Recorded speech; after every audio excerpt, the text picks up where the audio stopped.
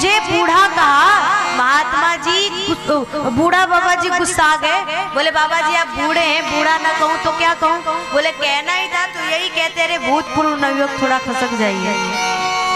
कहने का मतलब ये है कि बाबा जी बूढ़े हो गए लेकिन कभी यंग थे, इसका अभिमान मन से गया नहीं।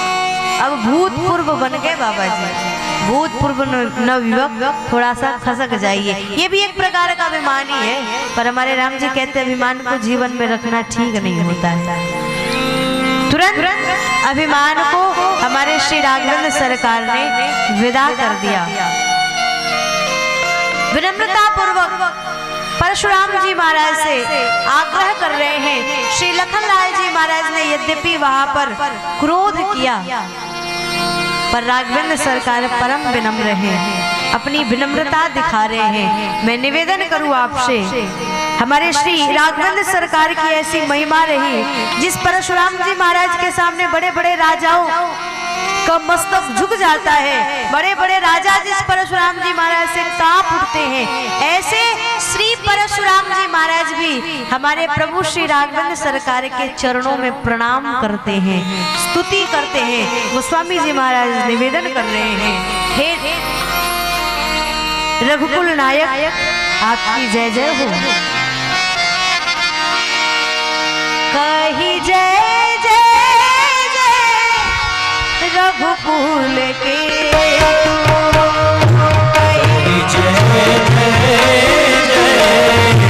रघुकुल के।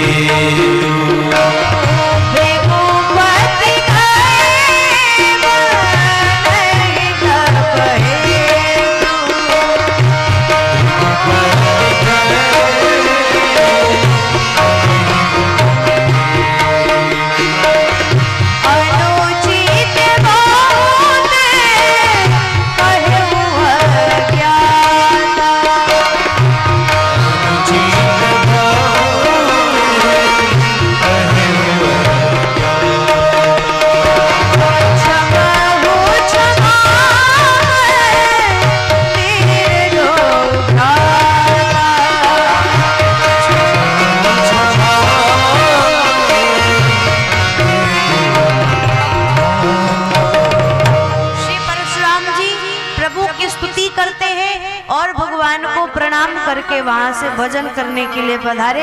श्री परशुराम जी महाराज के प्रसंग को हम लोग प्रणाम करते हुए आगे बढ़े, क्योंकि महाराज क्रोध का प्रसंग जहां झगड़ा होने वाला हो, ऐसे बात का ज्यादा विस्तार नहीं करना चाहिए, क्योंकि हमें तो आनंद में प्रवेश करना है।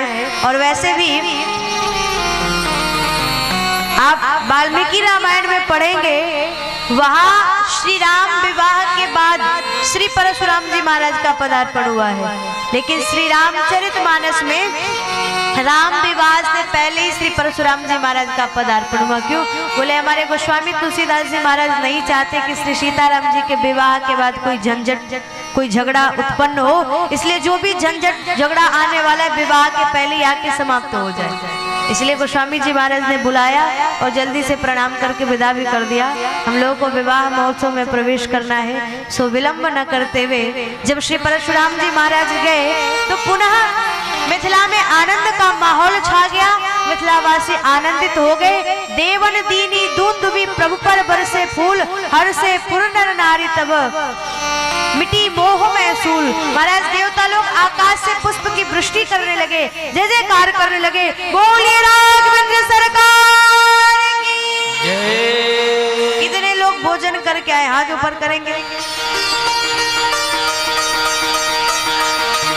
देखो जितने बाराती है सब खा पी के आए हैं, इनका पेट पहले से भरा, इनको यहाँ कुछ खिलाने की जरूरत नहीं है, ये घर से खा के। कल हमने कहा था ना कि भाई लोग बाराती बन के आएंगे, तो सब बाराती राम जी के घर से खा के आए हैं। अब मिथिला में इनको कुछ खिलाने की जरूरत नहीं है, ठीक है ना। हमारी माताएं बेचारी भूखे प्यासे हैं, इनका स्वागत भव्य तरीके से होगा।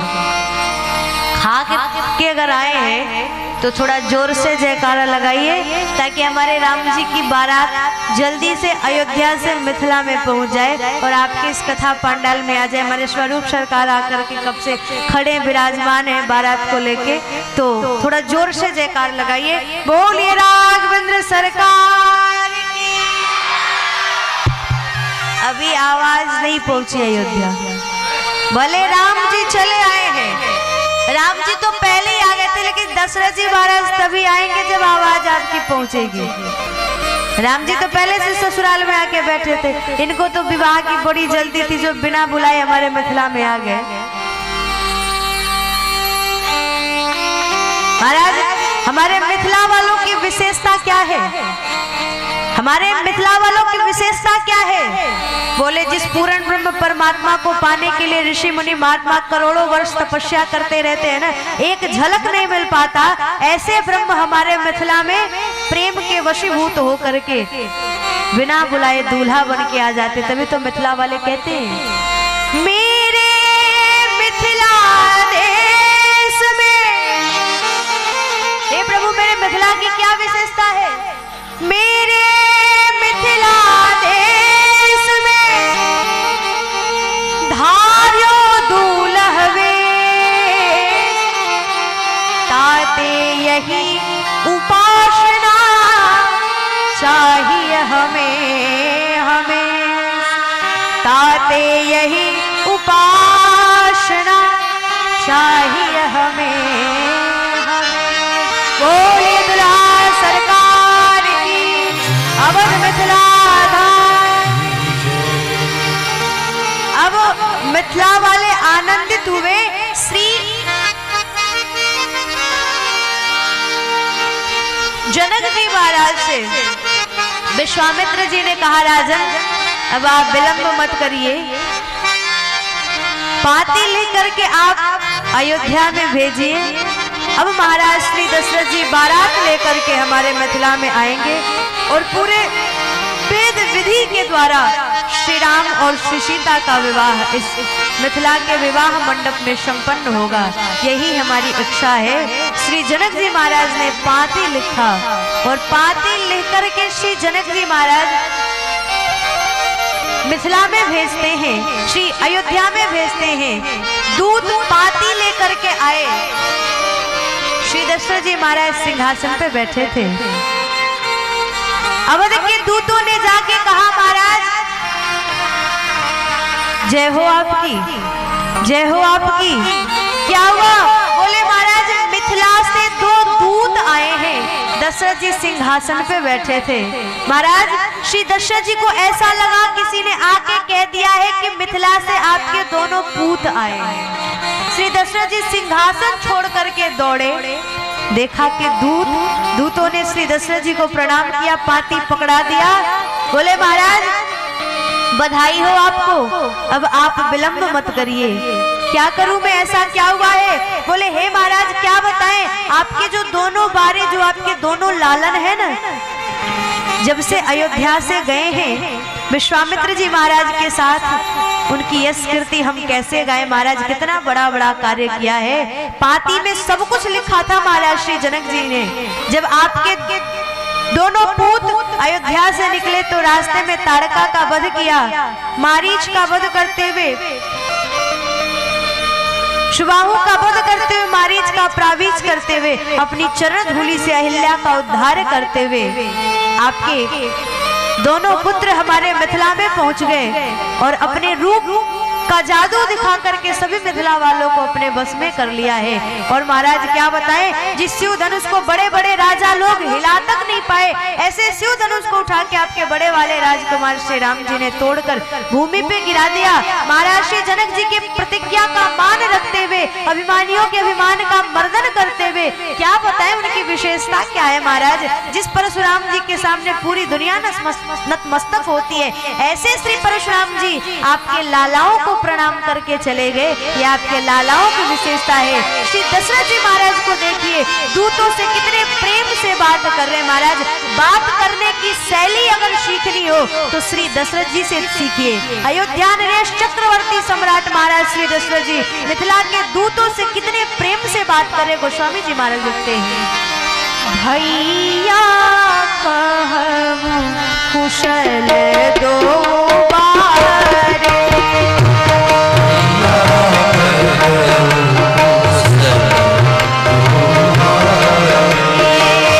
भैया कहूं कुशल दो बारे।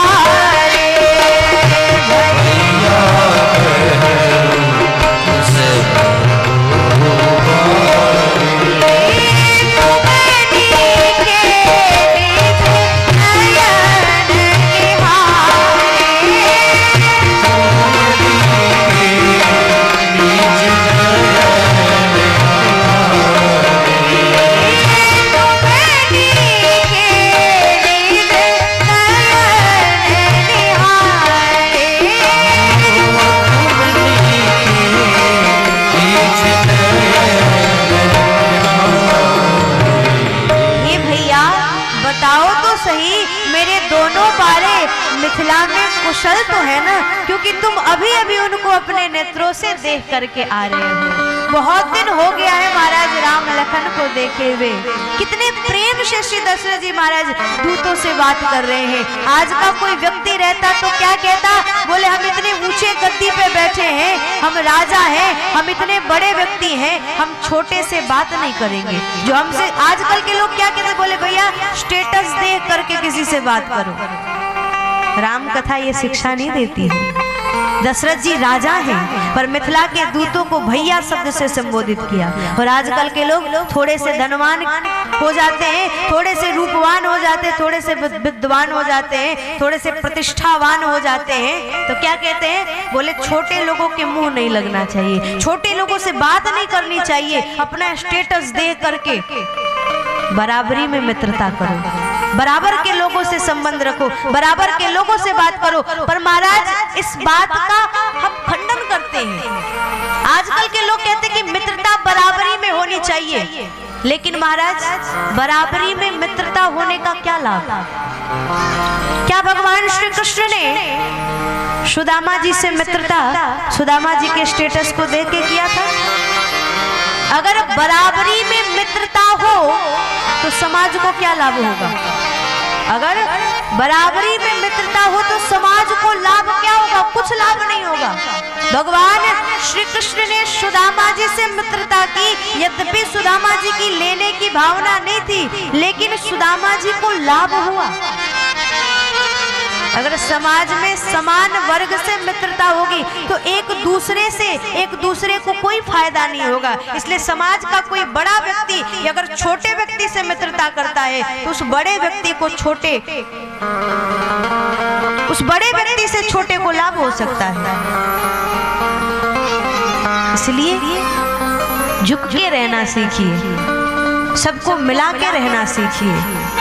पर हम लोग क्या करते हैं, बोले महाराज हम लोग आजकल हृदय से नहीं मिलते। पहले के लोग जब एक दूसरे को देखते थे तो हृदय से मिलते थे, गले लगाते थे, पर आजकल के लोग गले नहीं लगाते। बोले अब तो मिलने का तरीका ही बदल गया है। मिलने मिलाने के तरीके में फर्क होता है, मिलने मिलाने के तरीके में फर्क होता है, दिल तो मिलता नहीं। ये हाथ मिलाना क्या है? आजकल के लोग हाथ मिलाते हैं, अब तो हाथ मिलना भी बंद हो गया, अब केवल हाथ हिलता है। कोई आता है तो हाय और जाने लगता है तो बाय। कहते हैं ऐसे हाथ मिलाने वाले पे कभी भरोसा मत करना, ये हाथ मिला के कब हाथ खींच ले इनकी कोई गारंटी नहीं। मिलना हो तो हृदय से मिलिए, मिलना हो तो दिल से मिलिए। हाथ मिलाना क्या है, ये हाय बाय क्या है? हृदय से मिलिए। कोई आए आपके घर, प्रणाम नहीं कर सकते तो कम से कम 2 बार राधे राधे बोल करके स्वागत करिए, जय श्री राम बोलकर स्वागत करिए, जय श्रीमन नारायण, जय माता दी, जो आप बोल सकते हैं। बड़ा सुंदर हमारे बनवारी बाबा जी जब भी उठते हैं तो बड़े प्रेम से क्या बुलवाते हैं आप लोगों से? अभी बाबा जी उठ जाए तो आवाज और जोर से आएगी। क्या बुलवाते हैं? कितना अच्छा लग रहा है, जोर से सभी लोग बोलिए राधे। जब भी आपके घर कोई आए, कोई आपका इष्ट मित्र दिख जाए तो उसको देख करके हाथ जोड़ करके जय श्री राम, जय श्री राधे बोलिए। महाराज इससे आपकी वाणी भी पवित्र होगी और भगवान का नाम भी मुख से निकलेगा। प्रेम स्थापित करना। श्री दशरथ जी बड़े प्रेम से दूतों से बात करते। दूतों ने कहा महाराज जब आप विलंब मत करिए, समय नहीं है हमारे पास, हमारे मिथिला वाले कब से प्रतीक्षा कर रहे हैं, दुल्हा सरकार मिथिला में विद्यमान है, अभी दुल्हा के पिताजी आए नहीं। सो महाराज अब कृपा करिए, बारात लेकर के चलने की कृपा अनुग्रह करिए हमारे ऊपर। श्री दशरथ जी महाराज ने बारात सजाया, रथ पालकी हाथी घोड़े सब सजे। श्री दशरथ जी एक रथ पे बैठे, वशिष्ठ जी महाराज एक रथ पे बैठे, गुरु श्री वशिष्ठ जी विराजमान हुए, श्री भरत लाल जी, श्री शत्रुघ्न लाल जी और हमारे श्री राघवन सरकार की बारात अब चलने वाली है। शुभ सगुन हुआ। रास्ते में नकुल सहदेव का दर्शन होता है, जल भरती हुई स्त्रियों का दर्शन हुआ। गैया मैया का दर्शन हुआ। बोले ये ब्रह्म का विवाह है महाराज, सगुनों की क्या माजाल जो आकर के शुभ न करें। श्री दशरथ जी ने बारात को सजाया है और बड़े आनंद से अब झूमते हुए गाते हुए अपनी मस्ती में श्री जनक जी महाराज के अगवानी आतिथ्य को स्वीकार करते हुए धीरे धीरे श्री दशरथ जी महाराज बड़े हैं। आइए हम लोग भी बारात को लेकर के अयोध्या से मिथिला की ओर चले। कितने लोग बाराती बने सब हाथ ऊपर करेंगे, जितने भी बाराती हैं। कुछ बहनें भी हमारी बाराती बनी, कोई बात नहीं, आपको भी लेके चलेंगे। जो घर आती है वो भी प्रेम से ताली सेवा करते हैं। अवध नगरिया से बारात चली है सज धज करके, सब झूमते हुए जा रहे हैं। अवध